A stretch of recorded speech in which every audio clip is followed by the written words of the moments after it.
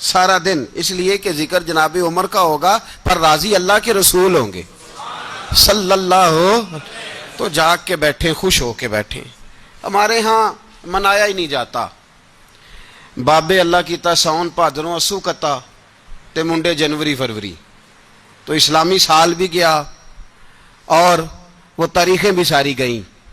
یکم محرم امت مسلمہ کے لیے بہت بڑا دن ہے، بہت بڑا دن، یہ شہادت ہے حضرت عمر فاروق کی رضی اللہ تعالی عنہ۔ یہاں چھوٹی چھوٹی باتوں پہ گورنمنٹ چھٹی کرتی پھرتی ہے، چھوٹی چھوٹی باتوں، الیکشن ہو گیا تو چھٹی،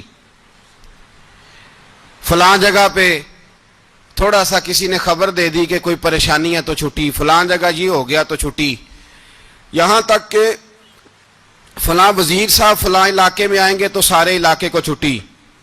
اور اب تو اس سے بڑا حال ہونے لگا ہے، اگر جن لوگوں کی سندھ میں حکومت ہے ان کے لیڈر کا دن آیا تو اس دن چھٹی، اور جن کی پنجاب میں حکومت ہے ان کا دن آیا تو چھٹی۔ ہمارا مطالبہ ہے حکومت پاکستان سے، اگر سر اٹھا کے جینا چاہتے ہو تو یکم محرم کو چھٹی کیا کرو، اگر سر اٹھا کے جینا چاہتے ہو تو یکم محرم کو چھٹی کرو جناب عمر کے دن، اور ملت کے جوانوں کو بتاؤ کہ اگر عزت کی زندگی جینا چاہتے ہو تو اس طرح جیو جس طرح فاروق اعظم جی کے گئے ہیں، عزت اور وقار کی زندگی۔ جمہوریت حضرت عمر سے سیکھنی پڑے گی، حکومت کرنے کے طریقے حضرت عمر سے، رعایا کو سیکھنا پڑے گا کہ امیر کس طرح بنایا جاتا ہے اور امیر کس طرح کے ہوتے ہیں۔ یہاں لوگ ہمیں یورپ کی مثالیں دیتے ہیں، لوگ یہاں ہمیں آ کر کے امریکہ کی مثالیں، انہیں کیا پتا حکومت کیا ہوتی ہے، وہ کہتے ہیں جی وہ سائیکل پہ جاتا ہے ان کا حکمران۔ میں نے کہا وہ سائیکل پہ جاتا ہے؟ میرے عمر فاروق مدینے سے مکے گئے تھے تو پیدل ہی حج کرنے چلے گئے، پیدل ہی، اور جناب عمر فاروق رضی اللہ تعالیٰ عنہ عید کی نماز پڑھانے گئے، عید کی نماز عمر خطبہ عید دینے گئے۔ اور اس زمانے میں کون سا غریب ہے جو ننگے پاؤں جاتا ہو؟ کون سا غریب ہے جو مسجد ننگے پاؤں جاتا ہو؟ لوگوں نے تو 3 قسم کی چپلیں رکھی ہوئی ہیں، ایک مسجد جانے کی علیحدہ ہے، گھر پہننے کی علیحدہ ہے، شادی بیاہ پہ جانے کی چپل علیحدہ ہے۔ حضرت عمر فاروق رضی اللہ تعالیٰ عنہ نکلے عید کا خطبہ دینے کے لیے تو بیوی سے کہنے لگے جوتا، اس نے کہا صاحب اتنی دفعہ ٹوٹا ہے اب گانٹھا نہیں جا سکتا، اتنی دفعہ ٹوٹا ہے کہ اب دوبارہ پیمند نہیں لگ سکتے۔ تو حضرت عمر کہنے لگے چل کوئی حرج نہیں ہے، بغیر جوتے کے ننگے پیر ہی چلتے ہیں، کوئی حرج نہیں۔ تو کہنے لگے لوگ کیا کہیں گے؟ فرمایا چپ کر، لوگ جس دن عمر نے یہ دیکھ لیا نا لوگ اس کے بارے میں کیا کہتے ہیں، اس دن عمر نہیں رہے گا۔ تو کہا پھر آپ کا نظریہ کیا ہے؟ فرمایا میرا نظریہ یہ ہے کہ رب رسول میرے بارے میں کیا کہتے ہیں، لوگوں کا کیا ہے؟ لوگ کل کسی کے بارے میں کچھ کہتے ہیں اور پرسوں کچھ کہتے ہیں، میرا نظریہ یہ ہے کہ رب رسول میرے بارے میں ننگے پیر عمر جا رہے ہیں۔ کون جی؟ میں بڑا ماڑا۔ اچھا جناب کیا غربت ہے؟ 10 قسم کے جوڑے لٹکے ہوئے ہیں کمرے میں اور پہننے کی فرصت نہیں، سویرے کیا پہننا ہے شام کیا پہننا ہے، 15 سوٹ کٹھے استری ہو کے لانڈری والا بھیج رہا ہے، اور تو غریب ہے، تو بہت بڑا غریب ہے۔ اس لیے کہ غربت پیسوں کی وجہ سے نہیں ہوتی، غربت تو دل کی ہوتی ہے۔ تو واقعی بڑا غریب ہے اور تو غریب ہی رہے گا۔ امیر تو عمر فاروق تھے جو ننگے پاؤں چلے گئے عید کی نماز پڑھانے، تو رستے میں جو ملا کہنے لگا عمر جوتا تو پہن لو۔ فرمایا تمہیں عمر کا جوتا نہ پہننے کا نقص تو نظر آیا ہے، کوئی حرج نہیں، اگر عمر کو کبھی بتانا ہوا تو وہ والا نقص بتانا جو عمر کی سیرت میں پیدا ہو، کردار میں پیدا ہو، وہ والا نقص بتانا، یہ چھوڑو جوتے آتے جاتے رہتے۔ ننگے پاؤں گئے، پاؤں دھوئے، نماز پڑھائی، لوٹ آئے۔ او بھائی یہاں تو ہمارا بناؤ سنگار اترنا، جتنی توجہ کپڑوں کی طرف ہے اتنی توجہ کبھی ہماری علم کی طرف ہوتی نا، جتنا ذوق شوق ہمارا بناؤ سنگار کی جانب ہے، اتنا بناؤ سنگار کبھی ہمارا اخلاقیات کی جانب ہوتا تو معاملات بڑی حد تک سنورے ہوئے ہوتے۔ حضرت سیدنا فاروق اعظم رضی اللہ تعالی اپنی زندگی کو ترتیب دیا، ایک دن بھی خلافت نہیں مانگی اللہ سے۔ حضرت عوف بن مالک اشجعی ایک صحابی ہیں، حضرت عوف بن مالک رضی اللہ تعالیٰ عنہ فرماتے ہیں کہ جناب ابو بکر صدیق کا زمانہ تھا تو میں نے خواب دیکھا، میں نے خواب میں جناب عمر کو دیکھا اور میں نے دیکھا کہ کوئی کہنے والا کہہ رہا ہے کہ عمر وہ ہے کہ اللہ کے رستے میں کوئی اسے جتنا مرضی برا بھلا کہے یہ پرواہ نہیں کرتا. کس کے رستے میں؟ بولے سارے. اس کا مطلب ہے اللہ کے رستے میں لوگ برا بھلا بھی. قرآن مجید نے کہا وَلَا يَخَافُونَ لَوْمَةَ لَائِمٍ. کچھ لوگ ایسے ہیں جو برا بھلا کہنے والوں کی پرواہ نہیں کرتے. آپ یقین کریں اگر پرواہ شروع ہو جائے نا تو دین کا کام ختم ہو جائے. نہ کوئی تقریر کرے، نہ کوئی تدریس کرے، نہ کوئی پیری مریدی کرے، ختم ہو جائے اگر باتوں کی پرواہ ہو. لیکن وہ پرواہ، حضرت عوف بن مالک اشجعی کہتے ہیں میں نے خواب میں دیکھا کہ عمر وہ ہے جو کسی کی پرواہ، اور دوسری بات میں نے یہ دیکھی کہ عمر خلیفہ بنے گا، اور تیسری بات میں نے خواب میں یہ دیکھی کہ عمر شہید بھی کیا جائے گا، عمر شہید بھی ہوگا. یہ میں نے 3 باتیں خواب میں دیکھی. فرماتے ہیں میں نے آ کے خواب حضرت ابو بکر صدیق کو سنائی. وہ خلیفہ تھے. وہ کہنے لگے ٹھہر جا، میں عمر کو بلاتا ہوں، اس کے سامنے دوبارہ سنانا. اس کے سامنے. فرماتے ہیں میں نے بلایا حضرت عمر فاروق کو، آ کے بیٹھے. خواب شروع ہوا. کا ایک بات تو میں نے یہ دیکھی کہ آپ ملامت کرنے والے کی پرواہ نہیں کرتے. دوسرا آپ خلیفہ بنے گے. جناب عمر کہنے لگے چپ کر، ابو بکر کے سامنے ہی کہہ رہا ہے، چپ کر، خلیفہ کے سامنے ہی کہہ رہا ہے. تو حضرت ابو بکر صدیق کہنے لگے عمر اسے کہنے دو، مجھے لگتا ہے رب کی رضا یہی ہے کہ میرے بعد اگر مصطفیٰ کا منبر ملے تو عمر کو ہی ملے. اسے کہنے دو. یار یہاں تو لوگ ڈینگے مارتے ہیں، یہاں تو لوگ دعوے کرتے ہیں میرے سامنے فلانے کو بھی بٹھاؤ، فلانے کو بھی بٹھاؤ، اس کو کیا پتا، اس کو کیا پتا. یہ تو بڑکے مارنے کا دور ہے. حضرت عمر رضی اللہ تعالیٰ عنہ کو تیسری بات کہی. حضرت عوف بن مالک نے کہا اب شہید کیے جائیں گے، میں نے خواب دیکھی ہے. نیک لوگوں کے خواب بڑی حد تک سچے ہوتے ہیں. کہا میں نے خواب دیکھی ہے. تو حضرت عمر کہنے لگے شہید تو دلیر لوگ ہوتے ہیں، شہید تو دلیر، جسے سارا زمانہ دلیر کہہ رہا ہے وہ اپنے بارے میں کیا کہہ رہے ہیں؟ کہتے ہیں شہید تو دلیر. میں تو کاہل سا آدمی ہوں، سست آدمی ہوں، میں تو اتنا کام ہی نہیں کرتا. تو یہ خواب تو نے جو دیکھا ہے نا پھر سے دیکھنا. تو ابو بکر صدیق فرمانے لگے عاجزی نہ کر، انکساری نہ کر، تو جو کہہ رہا ہے ٹھیک کہہ رہا ہے، لیکن مجھے سن کے شکر بھی ہوا ہے اور افسوس بھی ہوا ہے. افسوس اس بات کا کہ تیرے جیسا بطل عظیم چلا جائے گا، اور شکر اس بات کا کہ رب تجھے زندگی بھی اعزاز والی دے گا، اور شہادت کی موت دے کے اللہ تجھے موت بھی عزت والی عطا فرمائے گا. اللہ موت بھی تجھے عزت والی دے گا، تجھے کاہلوں جیسی موت اللہ. حضرت فاروق اعظم رضی اللہ. او بھائی یہاں تو اس زمانے کا سب سے بڑا مسئلہ پروٹوکول ہے.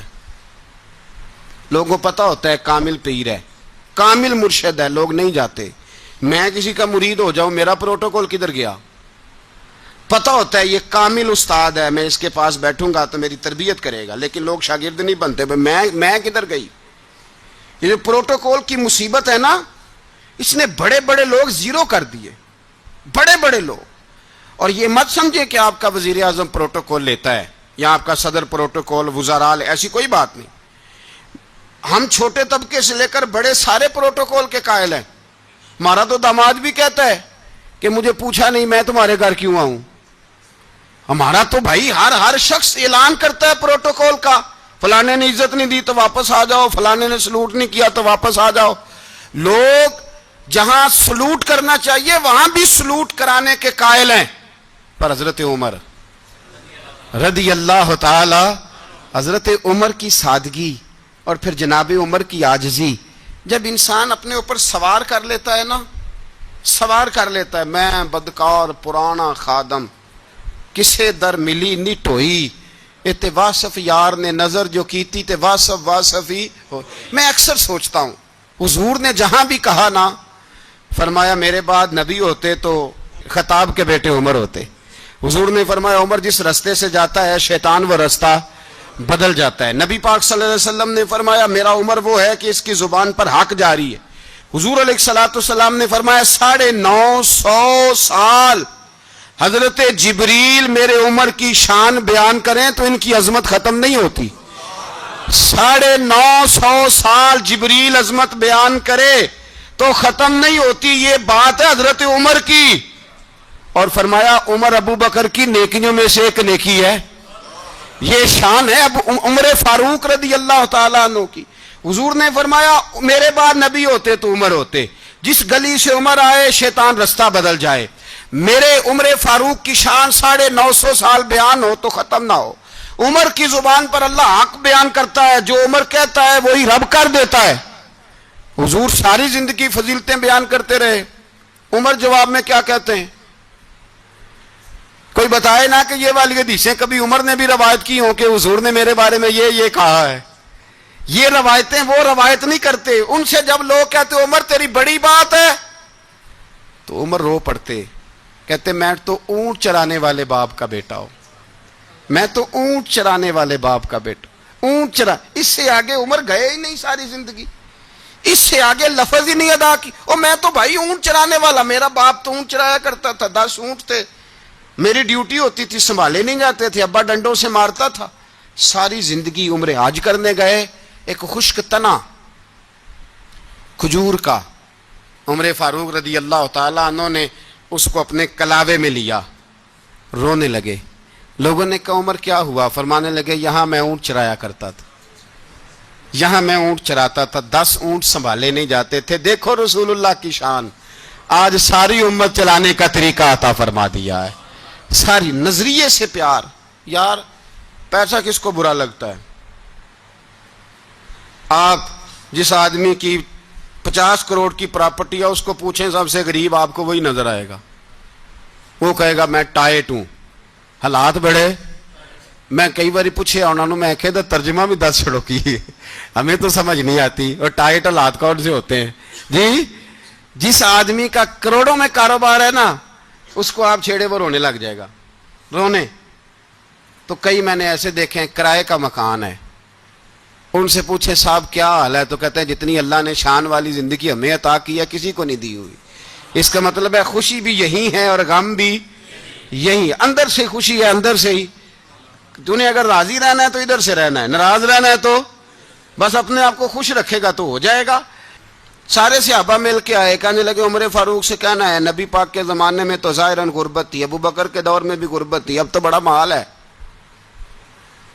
عمر سے سفارش کرو کہ عمر نیا کرتا پہنا کرے. ملکوں کے سفیر آتے, عمر وہی پھٹی پرانی چادر اوڑھ کے اور وہی کئی جگہ پہ پیوند لگے سوٹ پہن کے سفیروں کے سامنے بیٹھ جاتا ہے.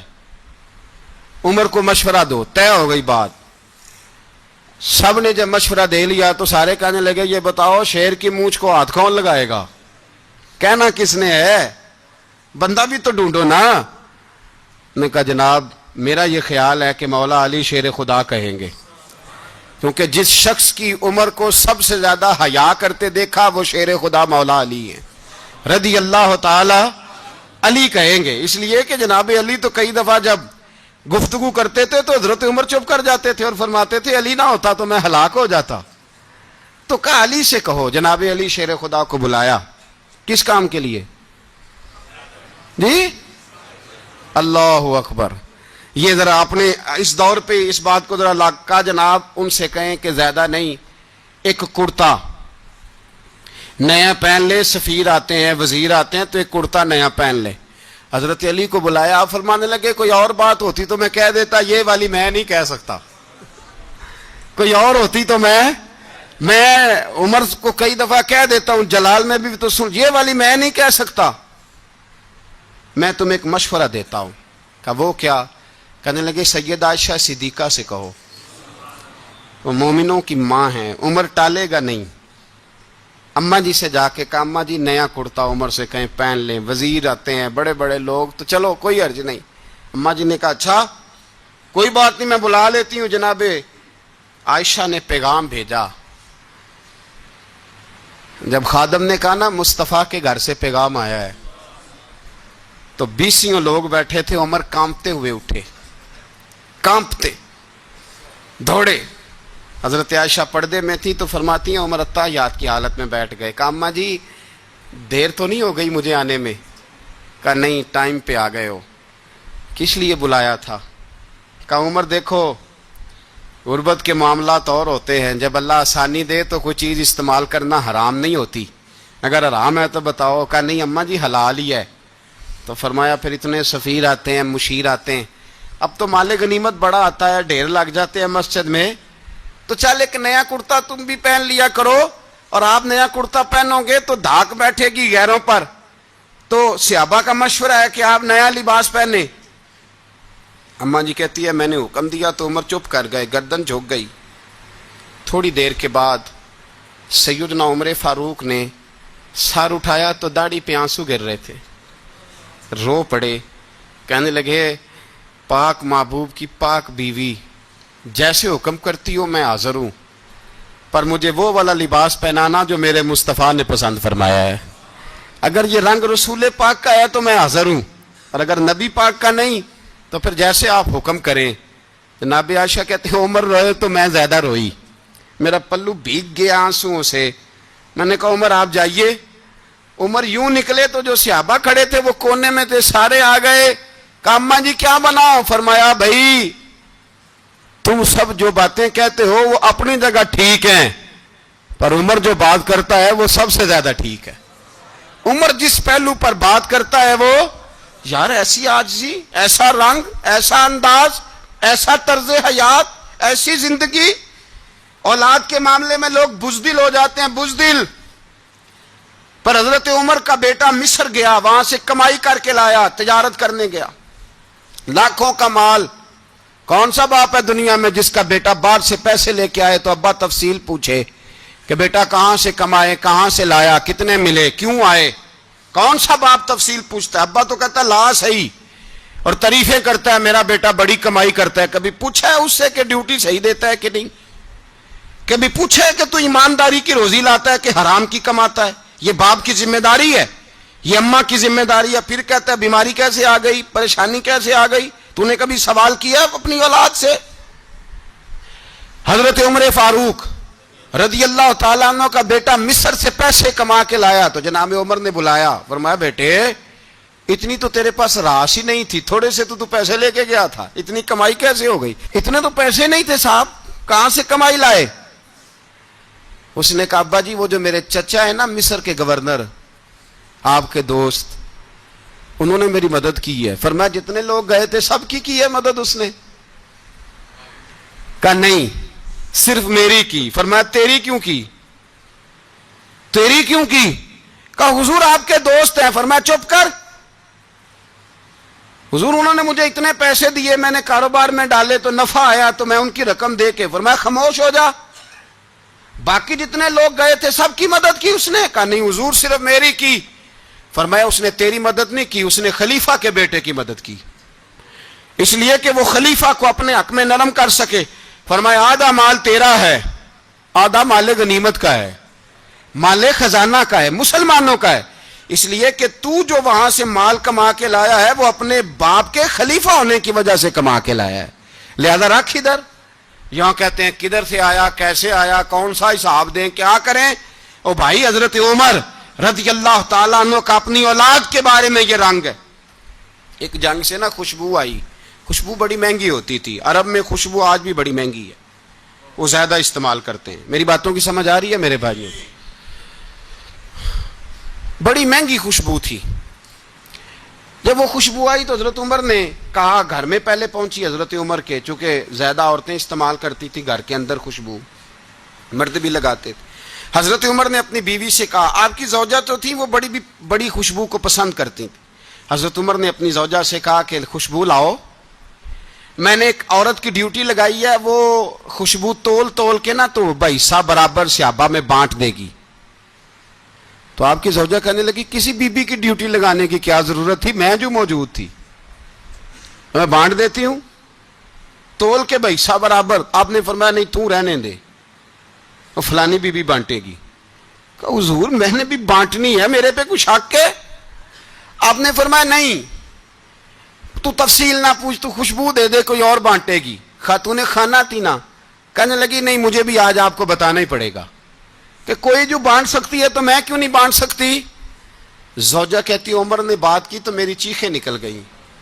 حضرت عمر فرمانے لگے جب تو خوشبو بانٹے گی نا تیرے ہاتھوں کو بھی لگے گی, تیرے دوپٹوں کو بھی لگ جائے گی, اگر رب کریم نے مجھ سے سوال پوچھا کہ عمر خوشبو تو مسلمانوں کی تھی، تیری بیوی کے دوپٹے کو کیوں لگ گئی، تو میں اللہ کے حضور کیا جواب دوں گا؟ اگر اللہ نے یہ سوال کیا کہ تیری بیوی نے کیوں لگائی، وہ تو حصہ تھا مسلمانوں کا، تو نے تیری بیوی نے کیوں لگائی؟ تو فرمایا میں نہیں چاہتا کہ اللہ کے حضور مجھے اور تجھے باز پرس ہو، لہذا کسی اور کو بانٹنے دے۔ زوجہ روئی اور تڑپ کے کہنے لگی عمر مجھے لگتا ہے صبح قیامت بھی تیری بیوی ہونے کی وجہ سے اللہ مجھے جنت عطا فرما دے گا، تیری زوجہ ہونے کی برکت سے۔ بھائی یہ معیار رکھا، خدا کی قسم ایسا شخص تاریخ میں دوبارہ نہیں آیا۔ اتنا بڑا آدمی، اتنا بڑا شخص، اتنا بڑا آدمی، اور پھر رنگ یہ ہے کہ عمر 22 لاکھ مربع میل کا حکمران، 22 لاکھ، اور کھجور کے درخت کے نیچے مٹی کا ڈھیلا لے کے سو گئے ہیں، پرواہ کوئی نہیں، کوئی مسئلہ ہی نہیں۔ 2 غلام ساتھ بیٹھے تو ایک روٹی حضرت عمر نے گھر سے منگوائی، تھوڑا سا سرکہ، تو غلام کہنے لگے ہم نے بھی کھانی ہے۔ فرمایا کوئی حرج نہیں، روٹی کو پیٹ بھر کے کھانا ضروری تو نہیں، 3 حصوں میں بانٹ لیتے ہیں۔ ایک آدمی آیا ہوا تھا مصر کا رہنے والا ملنے کے لیے، اس نے پوچھا عمر کدھر ہے، تو کہا وہ ادھر جاؤ مسجد میں بیٹھے ہوں گے، اور واپس آیا تو کہنے لگا وہاں تو 3 غلام بیٹھے ہیں، ایک روٹی بانٹ بانٹ کے کھا رہے ہیں، لگتا ہے کئی دنوں سے روٹی نہیں ملی۔ کہا 3 غلام تو کوئی نہیں، وہاں 2 ہی تھے، تیسرے تو امیر المومنین تھے۔ اس نے کہا نہیں 3 غلام ہیں، کپڑے بھی ایک طرح کے پہنے ہوئے ہیں، بلکہ 2 کے تو پھر صحیح ہیں، تیسرے کے تو زیادہ ماڑے ہیں، کپڑے بھی ایک طرح کے، کھانا پینا بھی ایک طرح کا، اور ان کا نشست برخاست بھی ایک طرح کی ہے، لہذا کوئی فرق نہیں۔ حضرت ابو ہریرہ کہتے ہیں میں لے کے آیا، اور جناب عمر کو جب میں نے کچی زمین میں تامت سمیٹ بیٹھے دیکھا تو میں رو پڑا۔ میں نے اس مصر سے آنے والے کو کہا تو اس کے جلوے دیکھ، اگر اس کی ذات میں اتنا حسن ہے تو محمد عربی کا مقام کیا ہوگا؟ یہ مقام غور ہے، مقام غور۔ 10 محرم کو لوگ دیگے پکائیں گے نا؟ نہیں پکانی ہے؟ کوئی بول دے نہیں، ہاں نہ نہیں کر دے، پروگرام بدلیا تو نہیں دی عید کی کہ وہی کام شروع ہویا ہے لات ٹائٹ ہونے والا۔ کیوں جی پکنی ہے نا دیکھیں 10 محرم کو انشاءاللہ تعالی، ہم بھی پکائیں گے انشاءاللہ، یہاں بھی پروگرام ہوگا۔ تو 10 محرم کو جو دیگ پکنی ہے تو ایسا نہیں ہو سکتا کہ 1 محرم کو حضرت عمر کے نام کی بھی کوئی پک جائے۔ اگر امام حسن حسین کے نام کی دیگیں پکے تو جو امام حسن حسین کے سے پیار کرنے والے ہیں، جو امام حسن حسین سے، ہم لوگوں نے بھی عجیب رٹا اپنایا ہے نا، ہم لوگ بات کا ایک پہلو دیکھتے ہیں دوسرا نہیں دیکھتے۔ حضرت امام حسن اور حسین کو بھی نبی پاک نے شہید کہا، اور جناب عمر کو بھی رسول اللہ نے خود شہید فرمایا، فرمایا شہید ہے، خود فرمایا اپنی زبان سے کہ یہ شہید ہے، خود میرا عمر شہید ہے۔ تو ان کے نام کی دیگ نہیں پکنی چاہیے، اس طرف نہیں ہماری توجہ ہونی چاہیے۔ اور اہل بیت نبو، یہ بات میں پہلے بھی کرتا ہوں، آج پھر کرنا ضروری سمجھتا ہوں، اہل بیت کا پیار، سن لو کان کھول کے، اہل بیت کا پیار اگر ہمیں کسی نے سکھایا ہے تو سیدنا عمر فاروق نے سکھایا ہے۔ اہل بیت نبوت کی محبت اگر کسی نے سکھائی ہے تو کس نے سکھائی ہے؟ بول کے بتائیے، حضرت عمر نے۔ اہل بیت کا پیار ہمیں حضرت عمر نے بول کر کے سکھایا ہے۔ بھائی یاد رکھیں، کسی کی طاقت نہیں تھی دم مارنے کی حضرت عمر کے سامنے، طاقت ہی نہیں تھی، کیسر و کسرا کانپ جاتے تھے، جرأت ہی نہیں کرتے تھے حضرت۔ اور ہمارے تو تعلقات بڑے ہیں نا غیروں سے۔ حضرت ابو موسیٰ اشعری رضی اللہ تعالیٰ عنہ فرماتے ہیں میرا منشی سائی تھا، وہ کاتب کہتے تھے وہ لوگ، میرا حساب کتاب عیسائی تھا۔ تو فرماتے ہیں ایک دن میں نے وہ سارا حساب کتاب لین دین کے حضرت عمر کو دکھائے تو فرمانے لگے جس نے لکھے ہیں اس کو بلاؤ۔ کہنے لگے حضور مسجد نہیں آ سکتا۔ کیوں نہیں آ سکتا؟ کہنے لگے وہ عیسائی ہے۔ کہتے ہیں حضرت عمر جلال میں آ گئے، آپ فرمانے لگے جنہیں رب دور کرتا ہے تم کیوں قریب کرتے ہو؟